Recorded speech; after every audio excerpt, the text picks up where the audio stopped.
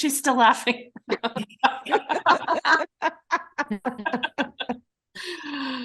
That's so funny.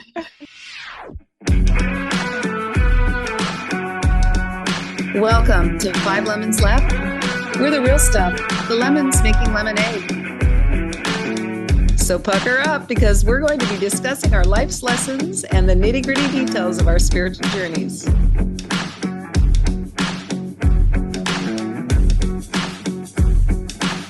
Hey y'all, I'm Amanda. And I'm Drusilla. I'm Melissa. Hello, this is Morgan. And I'm Penny. Welcome to our podcast today. Welcome to our podcast. We're so happy that you tuned in. Today we're talking about forgiveness. Another round. Last week we dove into forgiveness and I shared a story, and today we're just continuing the conversation, bringing in different aspects of forgiveness. So who wants to start us off?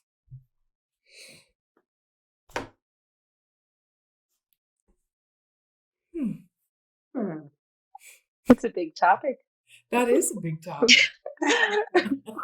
Where do we begin, right? So big we don't know where to stop.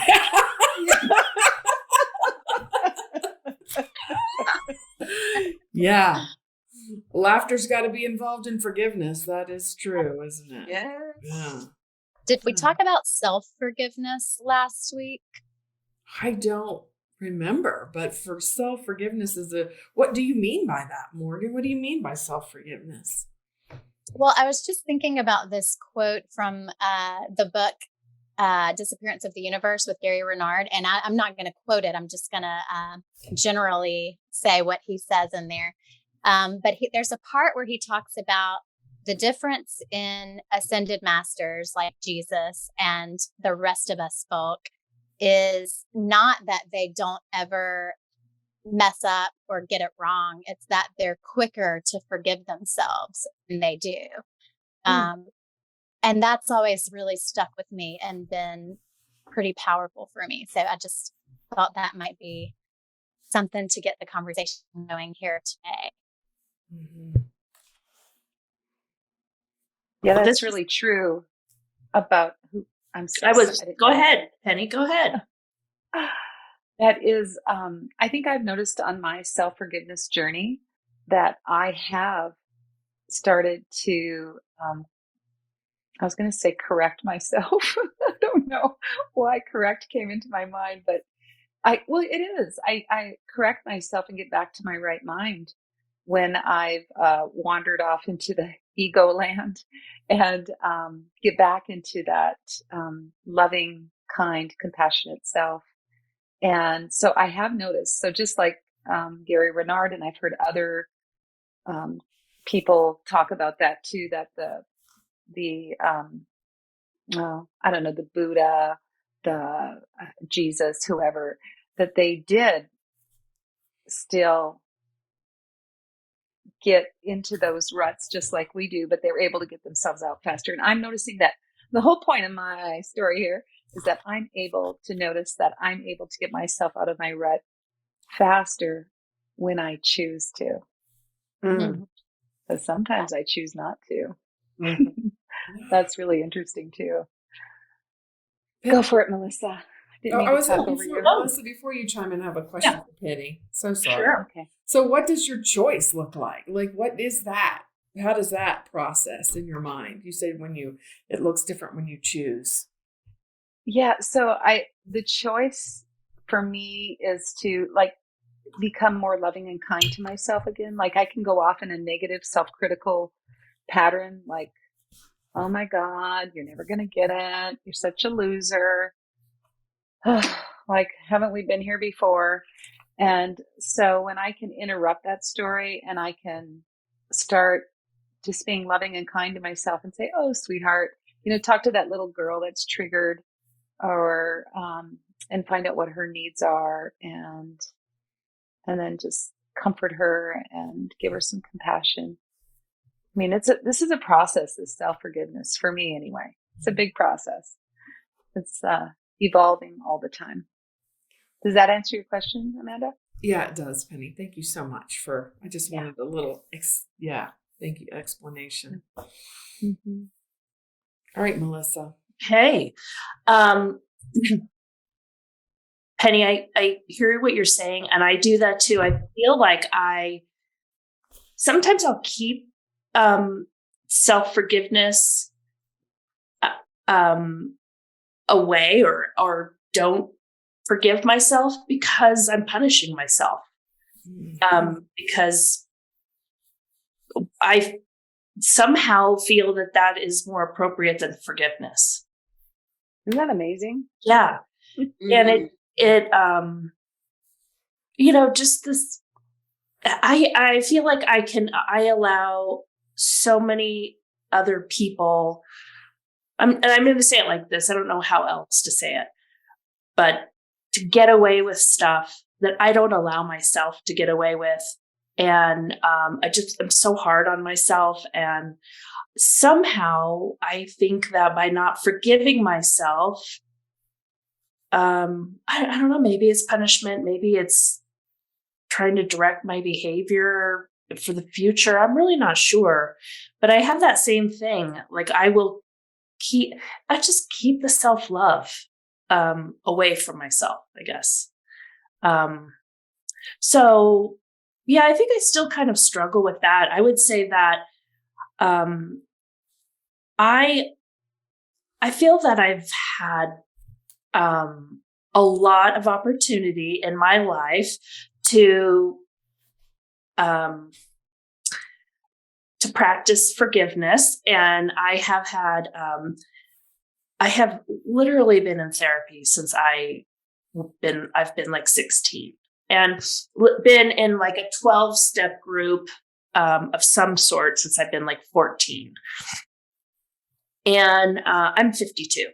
So that's a lot of years to be working on this shayat. And and so I feel like I have been in classes with Jennifer Hadley where she does a lot of forgiveness work and forgiveness letter and that kind of thing.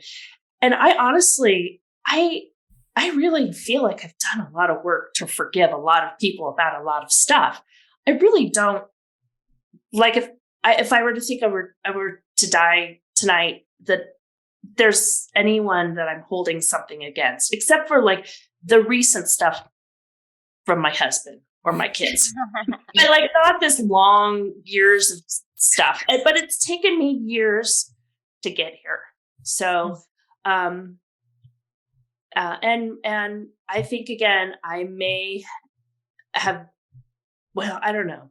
I was going to say I may have been easier on them than I am on myself, but I've had years where I haven't talked to people for 1 or 2 years or so because I'm dealing with things.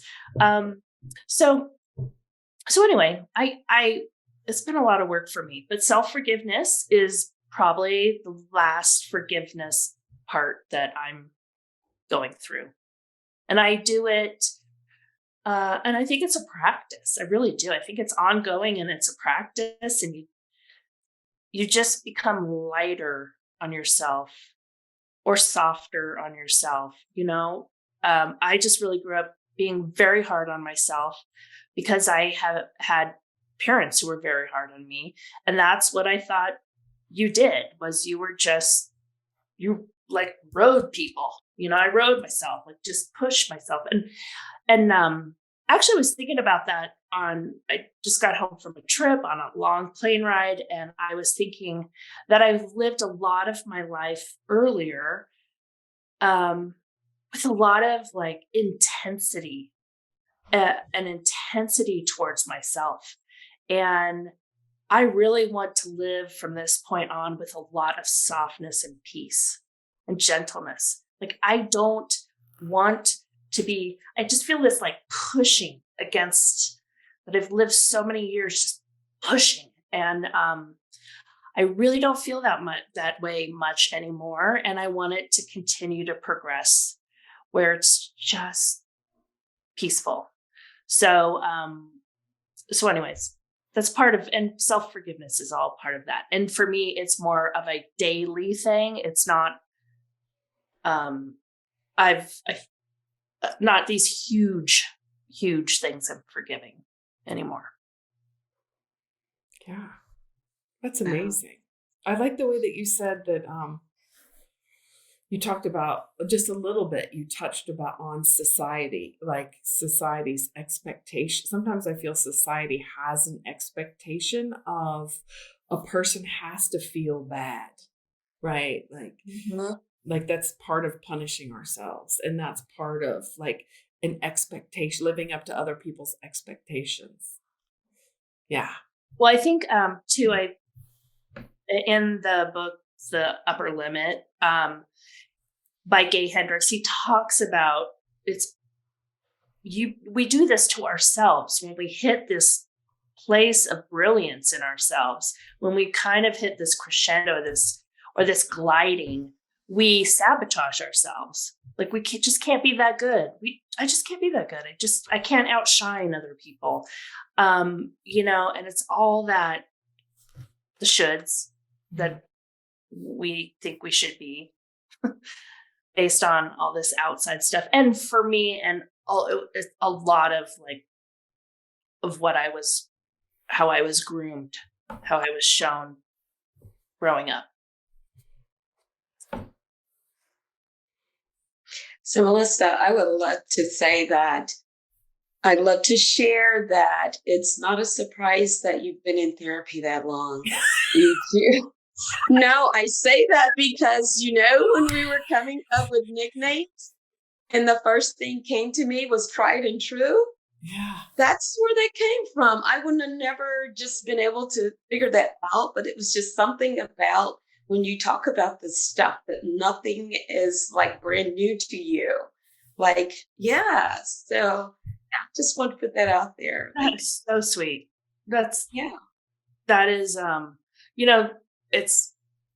this is really stupid.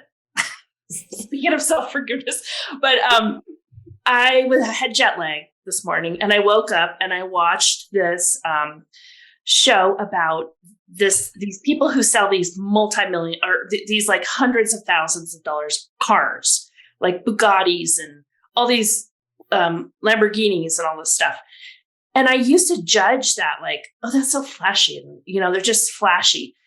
But this one guy was talking on the show and he was saying that this shows you how hard you worked. A lot of people use it to like, I have worked so hard to make this money. And this is like my thing to myself and my emblem, and for therapy and that kind of thing, you don't get like a badge. I don't get to drive a Lamborghini to show everybody, my progress. So I really appreciate what you said because I sometimes it doesn't reflect to me. I don't have a shiny car to show myself, the progress I've made. So thank you. I appreciate that. I want to go back to something you highlighted, Amanda, about society's expectations that we should, I don't remember how you said it, but like that we should be hard on ourselves. And it's that you ought to be ashamed of yourself mentality. And, in the early stages of, really starting these spiritual studies, I would catch myself like trying to make John Mark, my husband, feel bad about something.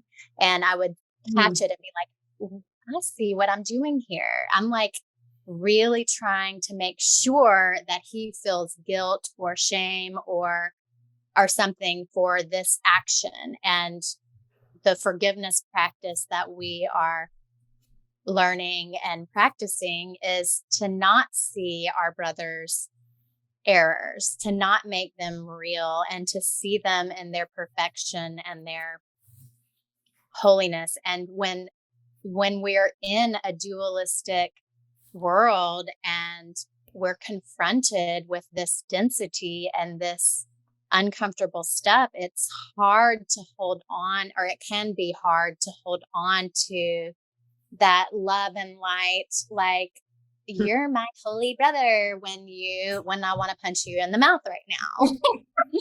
But I don't have to go down that rabbit hole of really sticking it to you and making sure that you feel like this big because of what you did. And I don't do that anymore. And I also call people out when I catch that they're doing it to me. I'm like, I'm not going to play this game with you. How do you recognize that, Morgan, when that's happening to you? I'm curious. When it's happening to me, when you can tell when somebody's trying to make you feel small and being like punitive with you and trying, for me, it's just obvious in the moment. I think maybe also because I have become aware of when I've tried to do that to others. So I just recognize when it's happening. Do you recall an example? I know it did happen recently. I'm trying to remember if it comes to me. Circle back to me. I'll see if it comes back to my mind. Yeah. I know exactly what you're saying, that behavior. I have not let my husband off the hook as well. And that reminded you. It did. Back to you. You're like, oh, was it hard? I remember what it was. We have a little, we call it a BC Moto. It's a gas powered bicycle, basically. It's basically like a mini moto. And I was coming home from yoga on it, and it was like fishtailing, wobbling. Something was not right. And I got home, and John Mark looked at it, and he took it out for a spin to see what was going on. And he came back and he was like, "What did you do to the bike?" And, as it unfolded and we got to the root of what was going on, he was really trying to make me feel like I had done something wrong, and like that it was my fault and that I should feel bad about it. And it wasn't my fault. Not that I'm not willing to take responsibility if something is, but it wasn't my fault. And even if it was, I wasn't going to feel bad about it. And as soon as I called him out on it, he recognized it, and he course corrected, which is all we do in the moments too. Like when we recognize that we're not being as loving as we'd like to be, it's part of the human condition. And there's no reason for me to then turn around and make him feel bad about that either. It's just more of the same. So I'm super curious what that looks like. When it dawned on you, did you just go like, nope, I don't accept that? Basically, yeah. Yeah, I just said, it seems like you're trying to really make me feel bad about this. And, I'm just not going to.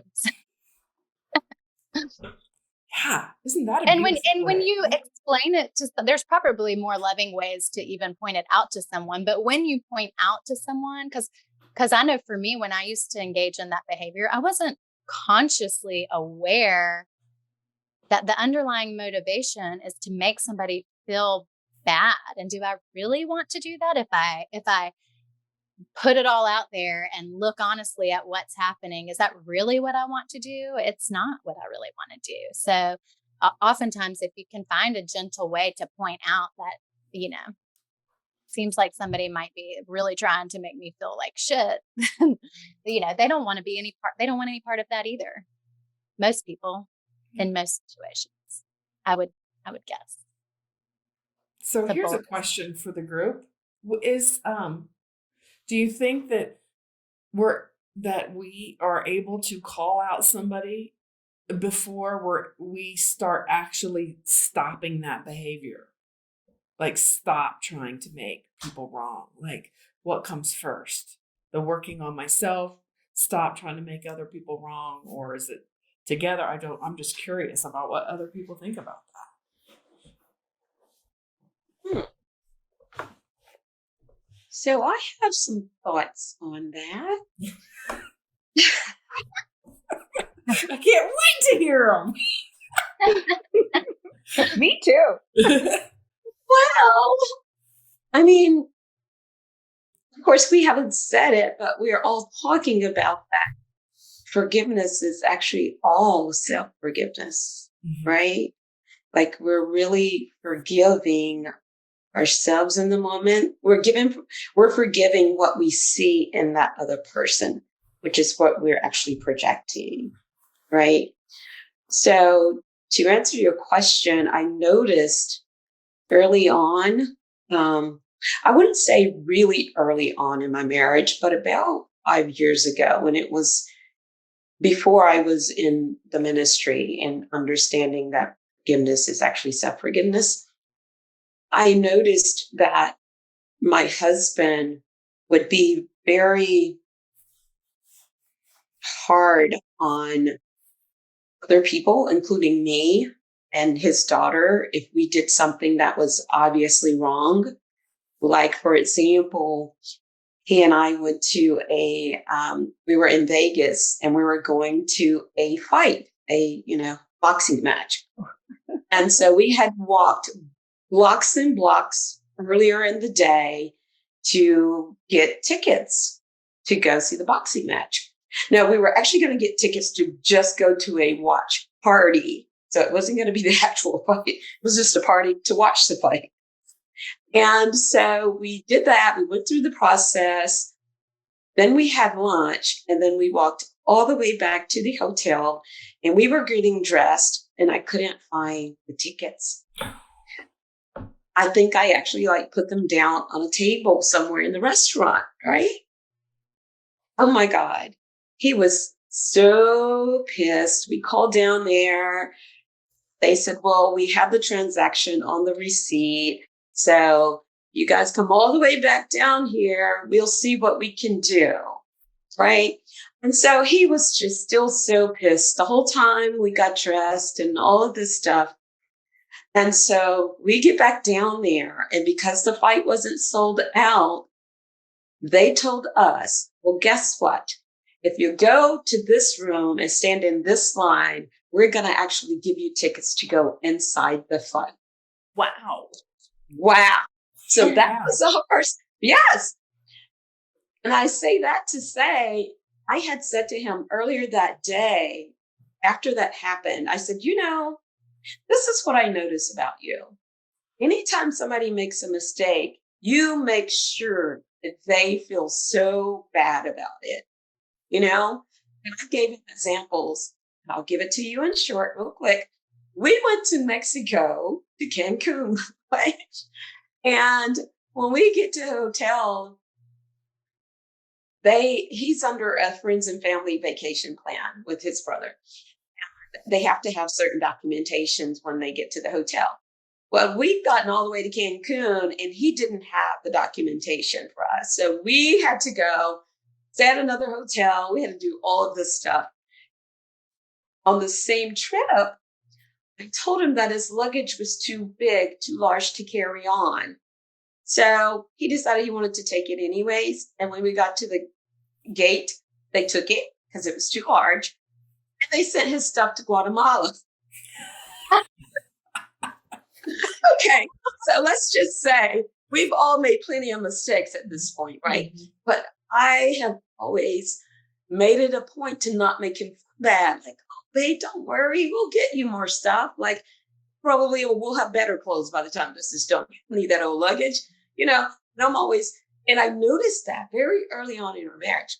So at this particular time, when I did that with the tickets, I told him, I said, feel bad enough. I said, you don't need to make me feel any worse, right? Mm-hmm. So then when we get to the fight and they actually gave us those tickets, I said, so this is a sign right here. This is showing you that if you really treat people like they should be treated, then this is what's going to happen. I said, it's all meant to work out, What I realized once we were in the ministry is that he does the same to himself. Mm-hmm. He does it. And I never caught that part back then, that if he could do the smallest little thing and he holds himself, oh my God, he will feel bad, like the whole trip. in Cancun was just awful from that point on, no matter how I tried to make it better. Right. So it wasn't until I really was in the ministry and understood that all forgiveness is self-forgiveness. And because he could never forgive himself for things, that's why he couldn't forgive me, you know? But yeah, it's such a valuable tool. Like once I really understood that part, it's like that's a breeze because I don't want to hold myself. I don't want to hold all that guilt and shame. So I'm gonna forgive everybody I can, you know? And it does get hard sometimes when you're thinking, but not this, because you intentionally did X, Y, Z, right? That's when it gets really difficult. Yeah. But at the end of the day, it still really is. I think it's almost like you said this a couple of times, Melissa, about that all there is love and forgiveness. And and you can't get to love if you're holding on to things. And that just holds so true for me. It really does. I'm doing a new coaching certification. And we were just in a training class today, and our master teacher, I'll just call her that, she said that in order to do this work, and I think it's in order to live life, you really have to love people. You just got to love everybody, and especially the client that's sitting in front of you too. And it can't be fake. It's got to be real, genuine love. And so, yeah, for me, it's really easy to do that. But then when I put the mirror back on myself, that's when it becomes more challenging. Mm-hmm. And so that's where my forgiveness work lies. Just like your husband's, Drusilla, he's, challenged with that. And that's where my challenge lies too. Yeah. But anyway, it's easy for me to love everybody else. So this is Melissa, and I have always, so we're all together because of the Course in Miracles, right? So in the Course in Miracles, it talks about forgiveness a lot. And it's in a lot of places, it's very hard to understand how it is working in the sentence or the idea or the concept. So as I was reading, I decided I'm going to change forgive. Every time it says forgive, I'm going to say accept instead. So it really helped me. I read the whole thing front to back. And then, of course, spent years going through it. And so it really helped me understand A Course in Miracles better, just to be able to say accept instead of forgive.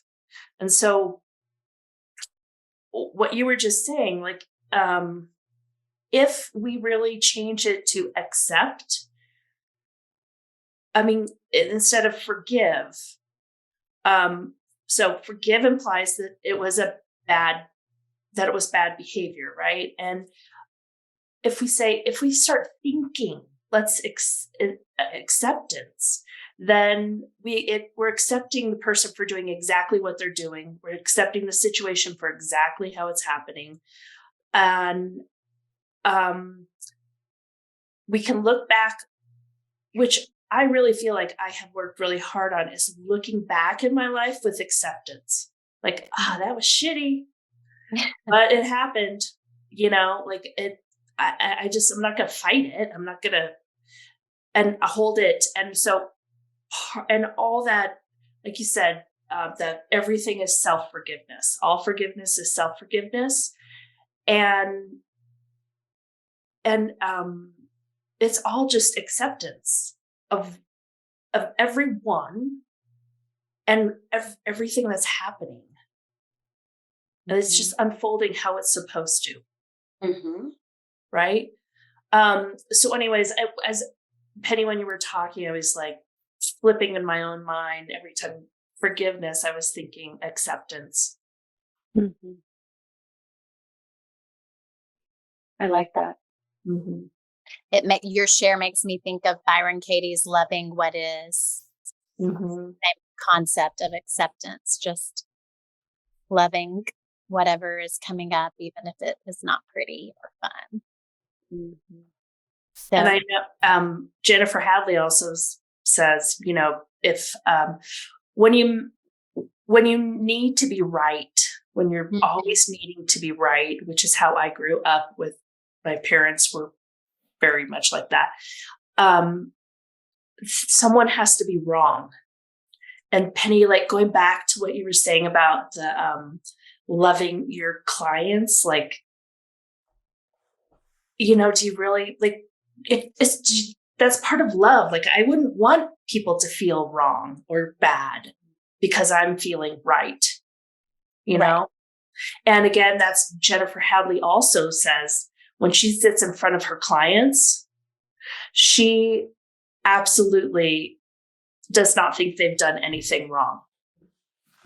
She holds them in complete love and acceptance. And I think she helps them come to that point on their own for themselves as well.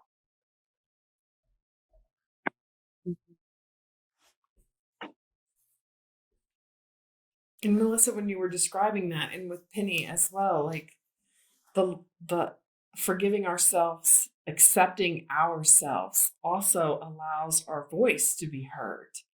So to me, accepting, like what Morgan started us talking about, that example of not accepting somebody else's guilt and shame. That's love and accepting herself without actually making her husband wrong, right? Like that's what that's sounded for me, Morgan, that's what allowed that conversation to be successful, is not only were you loved yourself enough not to accept somebody else's stuff, but you also weren't blaming and shaming your husband either, right? There's compassion.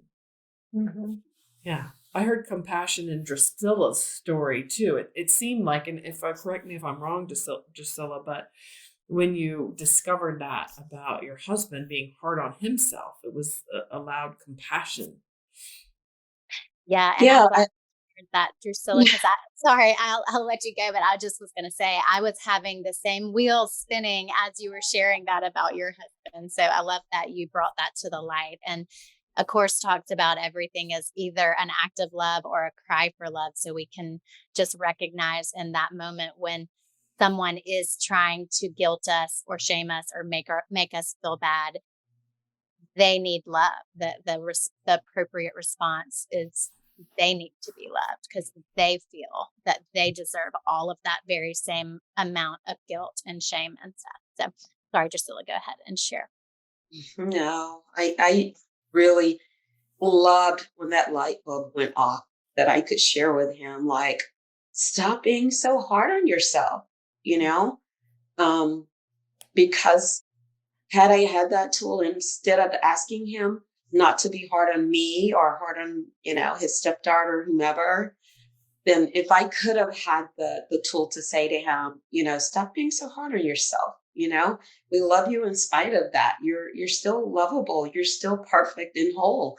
If I had those tools at the time, I certainly think that would have, allowed him to see where it was coming from, to be able to analyze it a little better. So I do think that was the one thing that, since I've been in the ministry, that has probably allowed me the most growth, because I've extended that to, I think I told you all about the letter I wrote to my father, who passed away when I was 12. And it was like, I never even knew that I was carrying around so much guilt and shame about not having him in my life. And then at the same time, blaming him. But while writing that forgiveness letter, I realized it was all the meaning I was making, and which has released so much around that part of my life, and such amazing stuff. So healing.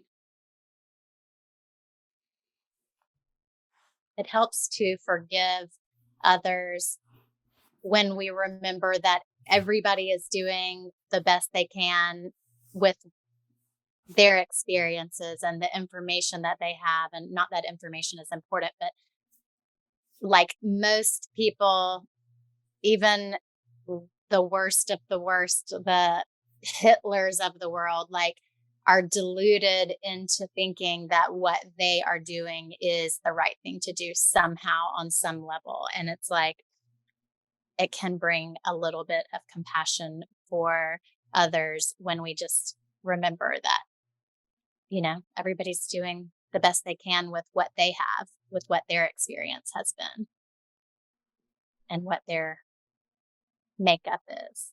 I don't know. And Morgan, that's, to me, that sounds like a big jump. That going from seeing compassion for our husbands, our family members, to finding compassion in society. You mentioned Hitler, like, that is not spiritual 101. That might be further down, that might be the master's of the doctorate right there, right? But it does all stem from the same place. But that's just a whole, to me, that's just, it stirs up a little bit of something there. And I just wanted to name it, that one of my strong beliefs is that we are all connected, and it, on some level, that connection in God is part of everyone. So I understand what you're saying completely, Morgan. And also, I just want to acknowledge that for some, it seems like a large leap. I wanted to name that. Yeah, thank you. And I'm still a work in progress. I won't say that there aren't villains out there in the media and, on the big world stage who don't, I don't hold forgiveness in my heart for every single person yet. That's the goal. And I know, I understand the practice intellectually. Have I mastered it? Absolutely not. Absolutely not. It's a process. Definitely a process. Yeah. For me, it's a process. Yeah. Do any of you work with Ho'oponopono as part of your forgiveness practice? Did we talk about Ho'oponopono last week? I don't think so. I think that was something that we wanted to bring into the conversation because it's such a fascinating way to work with self-forgiveness. Yeah. Mm-hmm. Who wants I to frequently. Yeah, I'm sorry, Penny. I was just like, if Oh. you would at some point just throw, if someone's not familiar with Ho'oponopono, just throw that in what it is. Do you want to explain it, Morgan, since you brought it up? I'll do my best. We can refer people to the little background story on what's his name, Dr. Hew Len. Mm-hmm. Yeah. So Ho'oponopono, you can Google it. A quick Google search will give you some background, but it's a Hawaiian forgiveness practice. And Dr. Hew Len developed a shorthand version of it, which is a prayer, a short prayer that's simply, I love you, I'm sorry, please forgive me, thank you. And anytime something triggers you, from seeing a squirrel get run over on the road, to seeing something disturbing in the news, to having something happen in your personal life, whatever, sometimes my quick response is to go into the Ho'oponopono prayer because it's just something quick and easy I can grab onto. And for me, Ho'oponopono is like all of A Course in Miracles shorthand condensed, because A Course in Miracles, of course, is all about love. Love is all there is. Love is all we are. I love you kind of encapsulates that. The I'm sorry statement, A Course in Miracles, is all about taking 100% responsibility for everything we're seeing in the world of form. So the I'm sorry statement is sort of the taking responsibility. Please forgive me. We've been talking about forgiveness this entire episode. So that's, obviously a big subject in A Course in Miracles. And thank you. We all know gratitude is a huge part of any spiritual practice. So that's my brief summary. I covered it somewhat. Beautiful. And perfect. Yeah, there's a great song that I love to put on and play over and over again while I'm writing a forgiveness letter or when I'm triggered in some way by somebody's behavior. And that's by Jennifer Ruth Russell. And it's her prayer chant, the Ho'oponopono prayer chant. And you can find it on YouTube. It's just, she does such a beautiful job of putting that Ho'oponopono prayer onto music. It's just beautiful. And yeah. I have a funny story about that. When we were on our RV road trip last year in close quarters, I would still wake up before John Mark and go to the front of the RV and have my quiet time. And I would listen to that and it would like infiltrate John Mark's like sleeping. And he got to where he like loved that song. It's a beautiful song. It is a beautiful song. I can imagine how peaceful it'd be to hear those soft words coming into your dreams while you're sleeping. Melissa, did you have something you were going to add? I wanted to say that I use Ho'oponopono for, like, if I'm in a situation that I am powerless in, that's happening in front of me, anything, I use it to like remove my energy from the situation, like to clean up anything that I have added to this situation, to pull it out and to for acceptance, and to fully accept whatever is happening. Yeah. And if somebody like reads the Dr. Emoto's story, which is really, really amazing, if you read it and want to go deeper, the book Zero Limits is a great resource for really understanding Ho'oponopono on a deeper level. Yeah. Oh, we could just go on for a whole hour on this topic alone. Mm-hmm. There's so much. Morna's prayer that's within it, where we ask the ancestors if we've done anything to upset them. Yeah, it's another beautiful prayer. Ask them to forgive us. Yeah. I like the Ho'oponopono because it's not just, for me, it's not just for whatever's going on. Like it actually like clears throughout all dimensions of time and space. So it's clearing any ancestral patterns that have brought me to this point. And it's not only healing it for myself, it's healing it in the past, and it's also healing it in the future. So it's not perpetuated. It's not carried on. That's one of my favorite things about Ho'oponopono.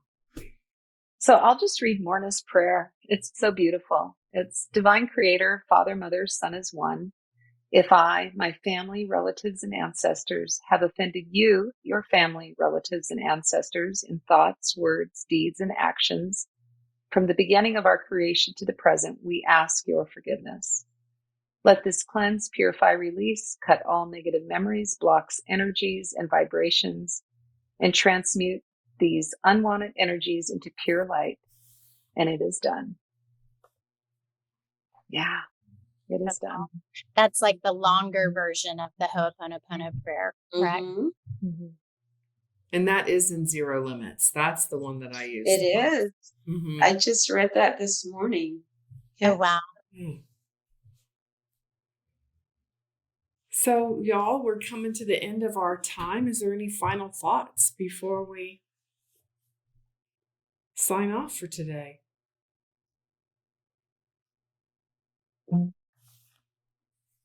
All right.